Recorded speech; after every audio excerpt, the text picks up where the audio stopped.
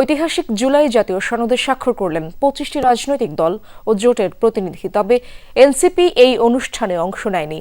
বৈরী আবহাওয়ার মধ্যেই অনুষ্ঠানে যোগ দেন নেতৃবৃন্দ ও অতিথিরা। প্রধান উপদেষ্টা ও জাতীয় ঐকমত্য কমিশনের সভাপতি ডক্টর মোহাম্মদ ইউনূস বলেন, জুলাই সনদ অনন্য উদাহরণ হয়ে থাকবে বিশ্বে। জাতীয় সংসদের দক্ষিণ প্লাজায় এই অনুষ্ঠানের আয়োজন করা হয়।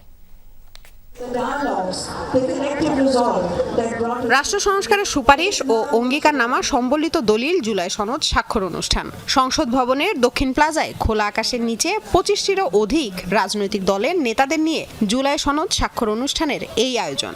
বৈরী আবহাওয়ার মধ্যে একে একে আসতে শুরু করে আমন্ত্রিত অতিথিরা।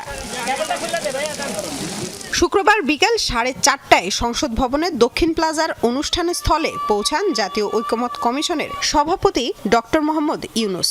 তিনি মঞ্চে বসার পর জাতীয় সঙ্গীত পরিবেশনার মধ্য দিয়ে শুরু হয় মূল আনুষ্ঠানিকতা।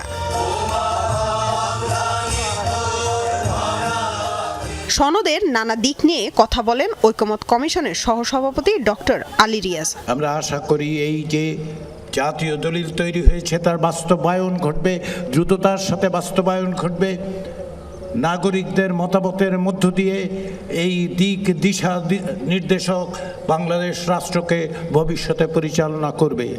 এরপর একযোগে জুলাই সনদ স্বাক্ষর করে বিএনপি, জামায়াত ইসলামী আন্দোলন, খেলাফত মজলিস, এবি পার্টি, বিপ্লবী ওয়ার্কার্স পার্টি, জাসদ, এলডিপি, নাগরিক ঐক্য ও গণ অধিকার পরিষদ সহ 25টি রাজনৈতিক দল ও জোটের প্রতিনিধিরা। তবে বয়কট করায় স্বাক্ষর অনুষ্ঠানে যোগ দেয়নি জাতীয় নাগরিক পার্টি এনসিপি।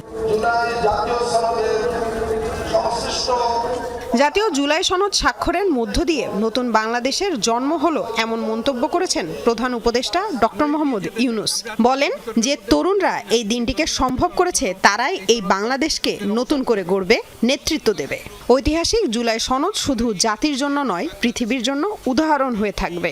এই পরিবর্তন এখন আমাদের সামনের দিকে এগিয়ে নিয়ে যাবে।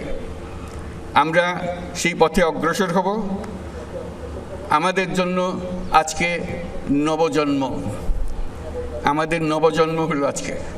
এই স্বাক্ষরের মাধ্যমে আমরা নতুন বাংলাদেশের সূচনা করলাম। যেই উদাহরণ আমাদের দেশের রাজনৈতিকবৃন্দ সৃষ্টি করেছেন, সেটা দেশের জন্য তো বটেই, সারা পৃথিবীর জন্য উদাহরণ হয়ে থাকবে। আমি তাদেরকে আবারও মোবারকবাদ জানাই এই কাজটি করার জন্য, দেশকে অনেক উচ্চে নিয়ে যাওয়ার জন্য। বহু উচ্চে নিয়ে গেছেন তারা। প্রধান উপদেষ্টা আশা করেন আসন্ন জাতীয় সংসদ নির্বাচন বিশ্বে যেন উদাহরণ হয়ে থাকে। সেজন্য নির্বাচনী ব্যবস্থাপনা নিয়ে দলগুলোকে আলোচনার আহ্বান জানান। ঐক্যের সুর দিয়ে আমরা নির্বাচনের দিকে যাব।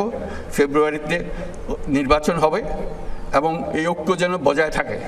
আজকে ঐক্যমত্যে আমরা যেরকম সনদ করলাম, এই রাজনীতির ব্যাপারেও, নির্বাচনের ব্যাপারেও আপনারা রাজনৈতিক নেতারা বসে, বিভিন্ন দলের নেতারা বসে একটা সনদ করেন কিভাবে নির্বাচন করবেন।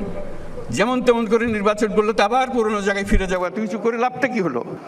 কাজেই আমার অনুরোধ, আপনারা আবার ঐক্যমত্য কমিশন বলেন, কমিটি বলেন, নিজেরা বসুন, নির্বাচনটা কিভাবে সুন্দরভাবে করবেন, উৎসবমুখর করে করবেন, ইতিহাসে স্মরণীয় করে তুলবেন।